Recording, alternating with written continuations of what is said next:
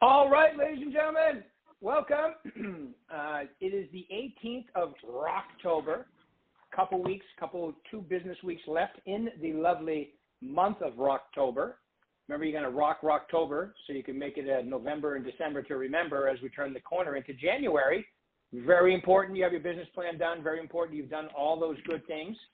All right, and let's get right to it today. We are very fortunate. Okay, hold on one second before I forget to do this.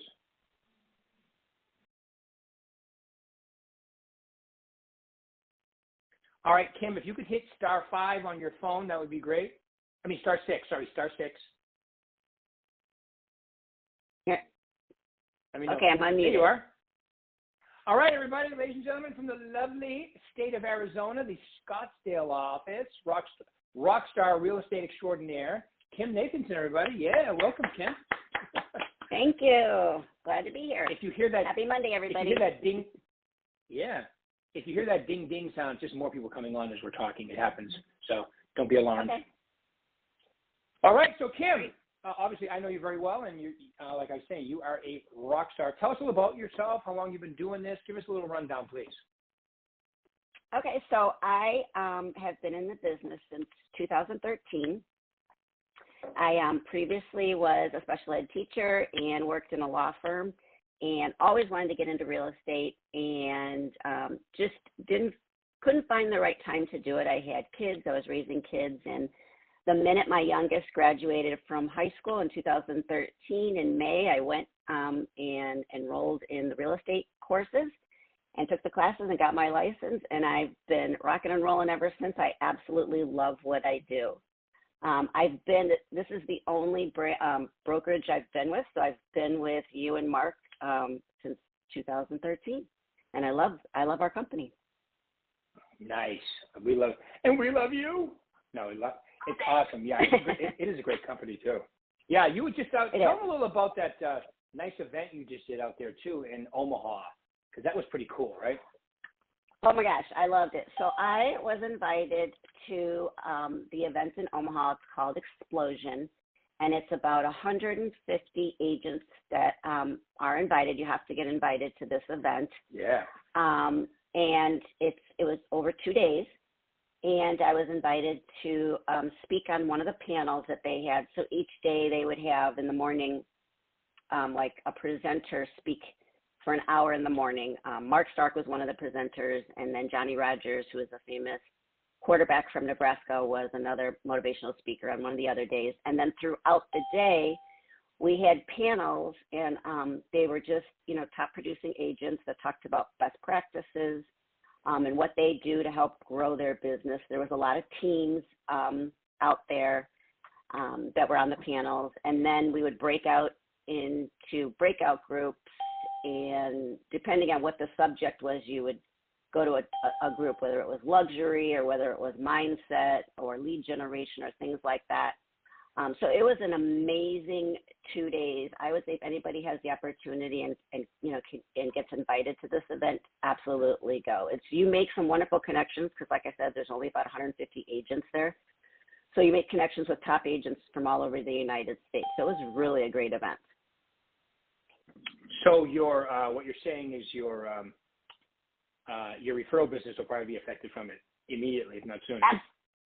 Absolutely. Yes, I made some amazing connections. And the same I was just at Summit as well, which is in San Diego. And again, that's a smaller convention. About 600 agents are there. And again, you have main speakers in the morning, and then you have breakout sections and other groups that you go to, mastermind groups.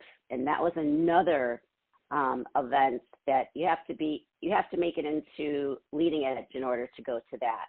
And if anybody does that, if it makes it into leading edge, I would highly suggest going to Summit because that's another event where you're going to make some great connections with amazing agents from the United States that you'll get referrals from and stuff like that. So absolutely. And also the convention's coming up, and if anybody is ever thinking about going to the convention, if you say, oh, I don't have the money or it's a waste of time, I never get anything out of it, you will walk away with at least one new idea or something that you didn't know. So I would suggest if you are thinking about going to a convention, to definitely sign up for that, because these are amazing opportunities that you have where you're going to learn, you're going to meet people, you're going to meet referrals that you have, build relationships with.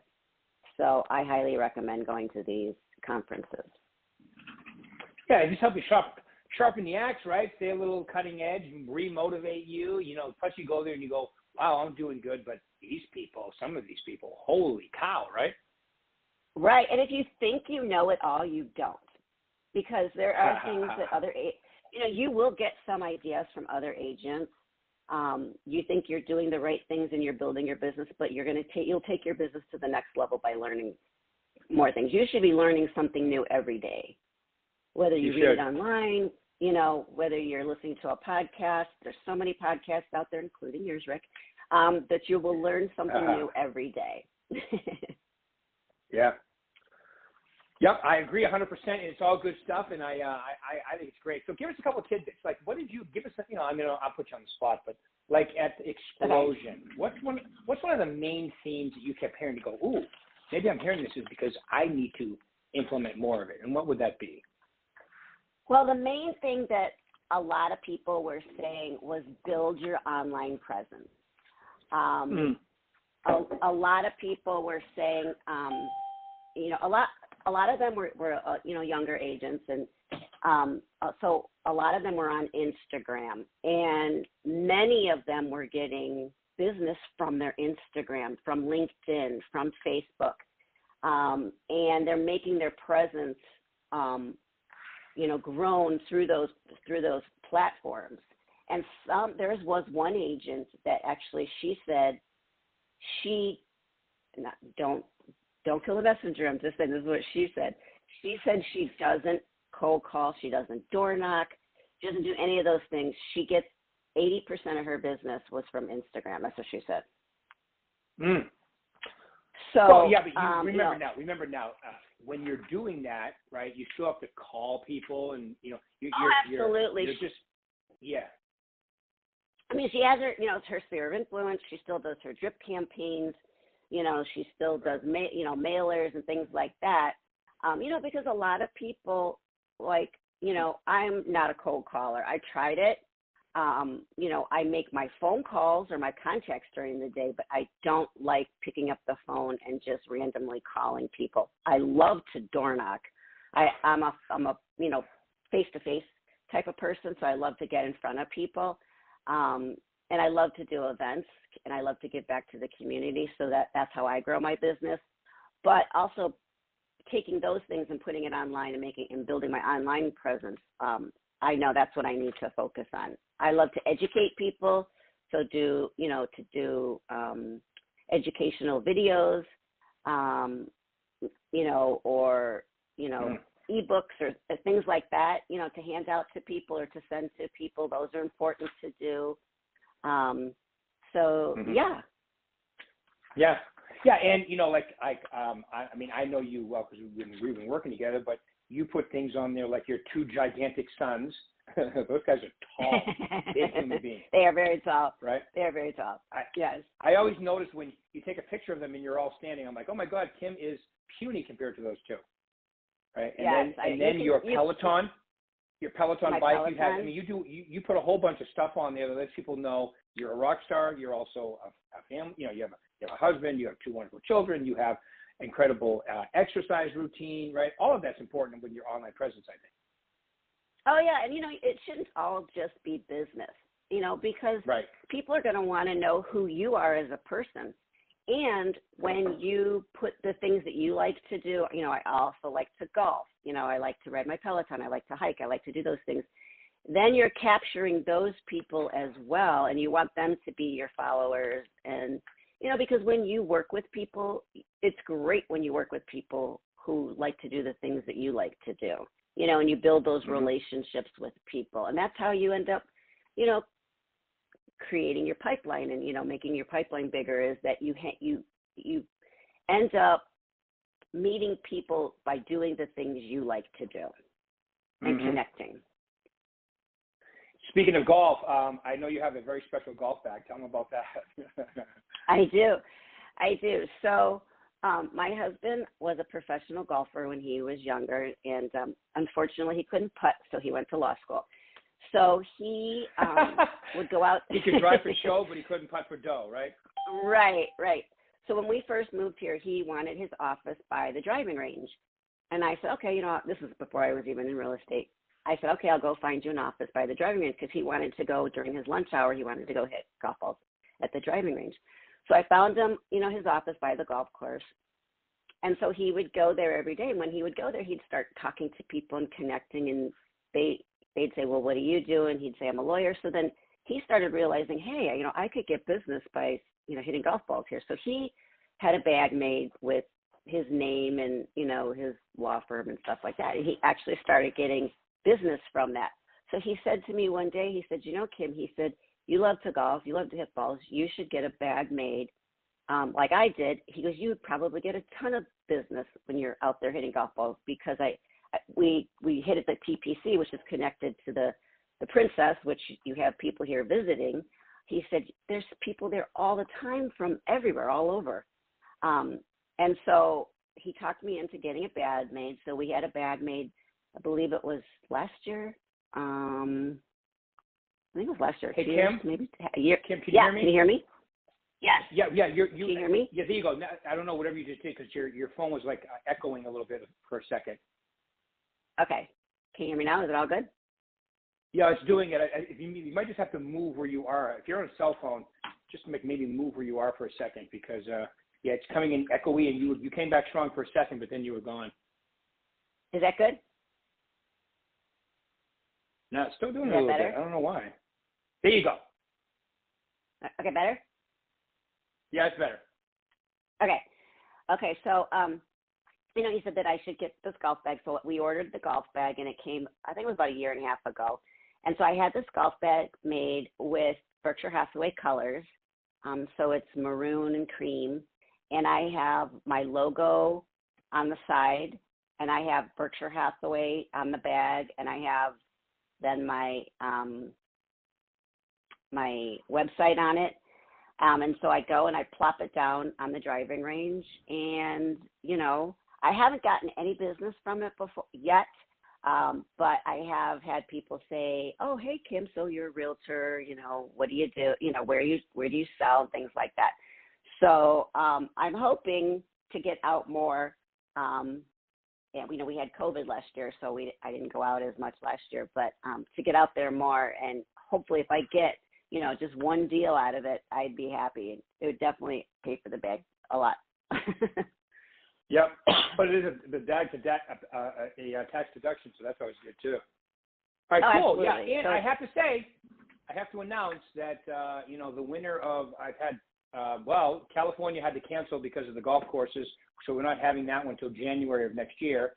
Nevada, we had a couple up-running ones, but then 2 Fridays ago we had 8 people show up, and Haiti and Mitch Fulfer and that whole team beat my team by 4 strokes. We were 2 under, they were 6 under, but the best turnout, and I think was what did we have? We had 26 people show up or something like that. So there was like 6 foursomes. Yeah, it was so fun. It was so fun. And it was fun, and it wasn't just golfers. A lot of other people came out that were just beginner golfers, and just because we get a scramble, everybody could play. It was so much fun, and a great, right, opportunity to meet agents that we from other offices that we didn't meet, know before. Yeah, it was great, and I really enjoyed it, and the course was awesome. It was a little dry, but that's that time of year. So we're going to have it, Rob. I think we're going to organize it again for Rob Metacinco did most of that, by the way. Thank you, Rob. And we're probably going to have it again in January or February, the latest. He would want to have it in December, but I thought we'd have probably low turnout in December. So I said, let's wait till January. Yeah, it'll be fun. If anybody, in the area, wants to come out and play, do it. I would recommend it. It was so much fun. It was so much fun, yeah. So next time, show up, people. Or actually more. Phoenix was awesome. Scottsdale, but Nevada and California, we need to step it up. All right. Definitely. So Kim, all right. So and I'm going to tell them a little something. You and I have been working together, I think, for about 4 years now, as one-on-one training, right? As coaching. And I remember Yes. a conversation that we had when you basically said, I'm either going to kill it or I'm going to leave the business, basically was our conversation. And since then, you really turned it up and, you know, have become one of the top producers in your office. Tell them a little about that journey, because I think everybody would like to know, well, that's where I am. What do I do? And I think a lot of people would like to hear that. Right. Well, you know, when you get into real estate, I don't think people realize how difficult it is. You know, you get into real estate and you think, oh my gosh, this is going to be great. I know so many people. I'm just going to, you know, the business is just going to come and it's going to fall in my lap. And it didn't happen. It didn't happen for me anyways. It might happen for somebody else, but it didn't happen for me. And when I first started, I started out and I was a TC, I was a transaction coordinator for an agent in the office. She said, why don't you come work with me.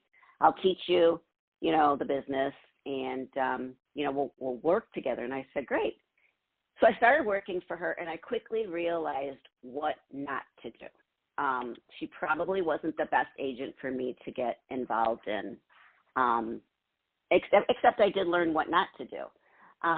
And right. So I did learn I learned the contracts really quickly. I learned the systems in our office, how to upload them, how to do all that. And I learned that. And I learned that there was so much more to real estate than what I thought. So then I quit working for her and she left our office. And then I worked for a team. So I went with a team that was a big team back in 2014. And I was their social media person and then their buyer's agent. And so they would give me a lot of relocation. They would give me, you know, and in the meantime, at that other time, I would get some deals from my family and start building my business. So I did that for a while. And then I realized, okay, why am I on a team? I know what I'm doing. I need to just take the leap and go off on my own, which then I did.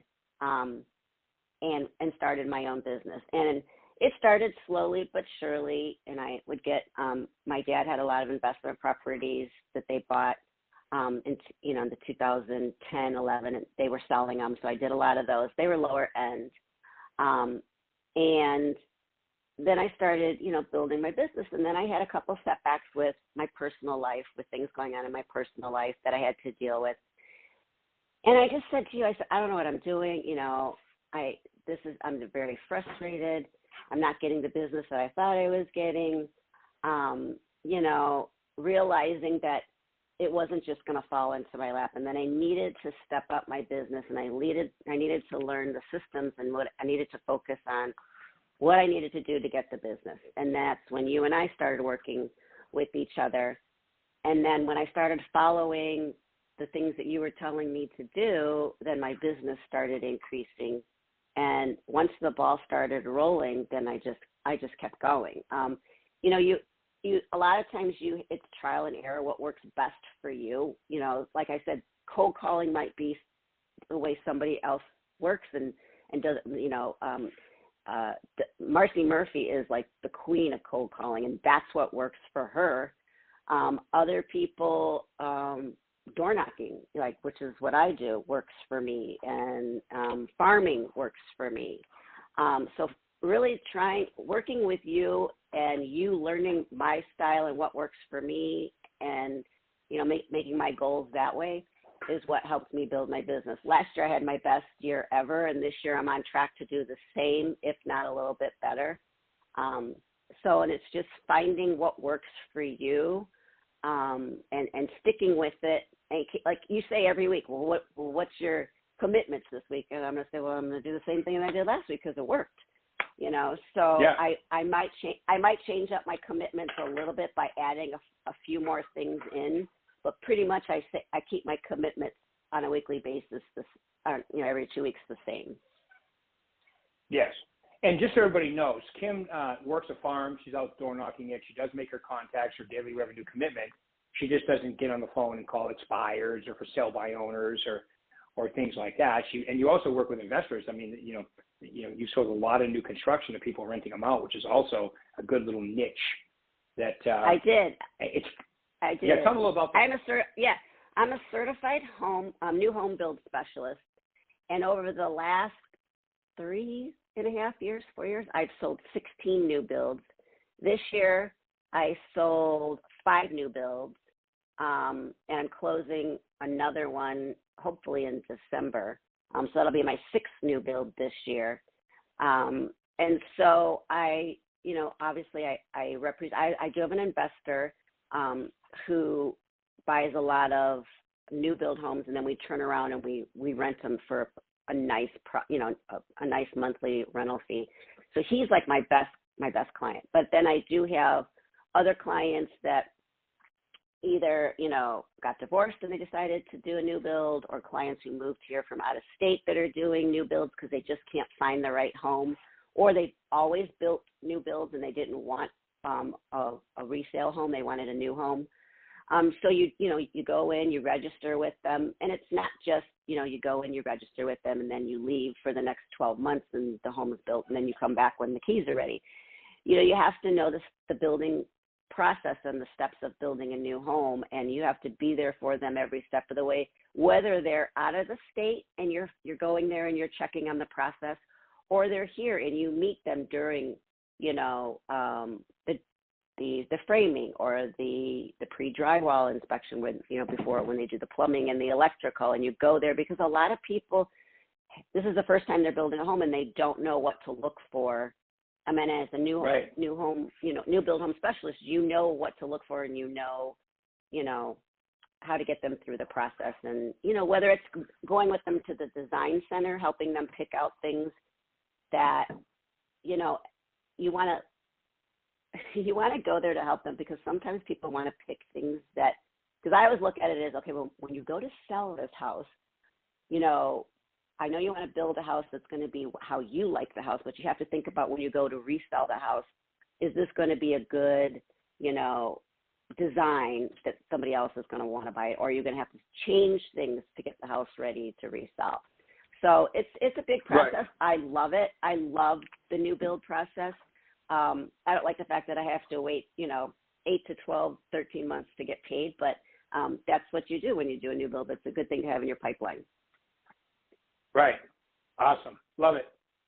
All right, cool. All right, well, I got to ask you my question here.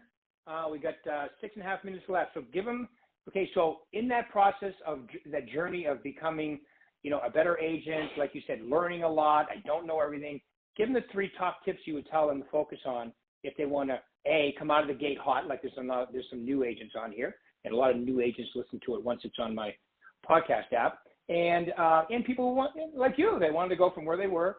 And you did mention a lot of them, but give them the top 3 that you would say. Okay, so my first one would be get a coach, get into a coaching program.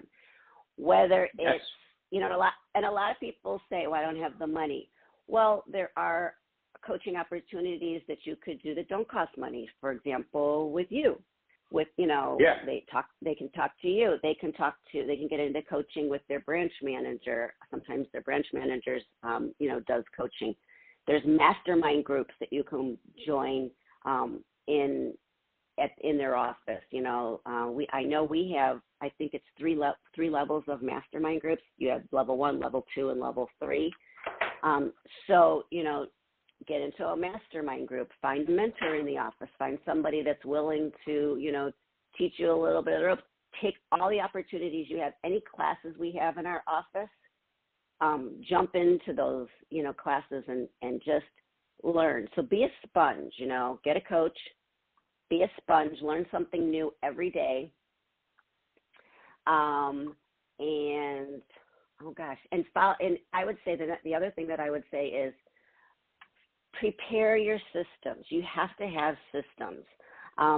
So one of the systems that you should have a buyer system.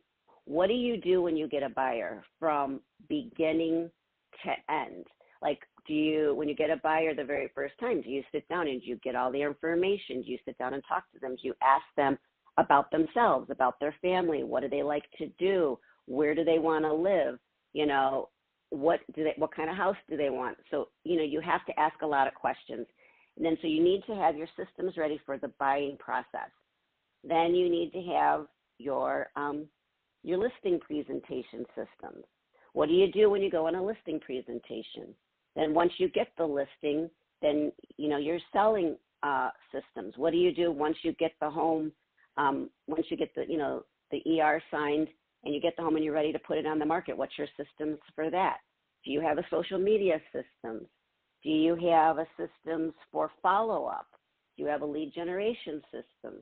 So there is so much more than to just picking up the phone. You got a listing, you're going to put the sign in front of the house, and you're going to sell the house. So I would say 1 would be get a coach, 2 would be learn something new every day, and 3 would be make sure you have your systems in place. Systems in place. I love it. Those are 3 awesome ones.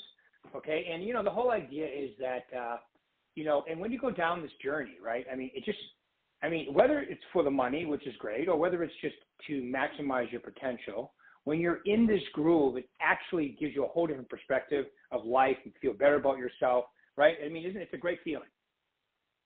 It is. It's a great feeling. And once you start doing well, you can't become complacent. You can't say, oh my gosh, I just sold 5 homes. I'm kind of just going to take the next month or 2 off. You got to keep that momentum going, because once you get the high of selling houses and the high of, like, you know, getting your buyers into a home, and after you negotiated against, you know, 3 or 4 other agents, and you got, you know, you beat out the other agents, you got to keep going off of that. I would say the sale high, you know, keep it rolling. Don't give up. Don't become complacent. You know, like you said, right now, this is Rocktober. Not only are we finishing out the year strong, but you're getting ready to fill your pipeline for next year. So you can't, Absolutely. I don't slow down this time of year. This is when I almost ramp it up.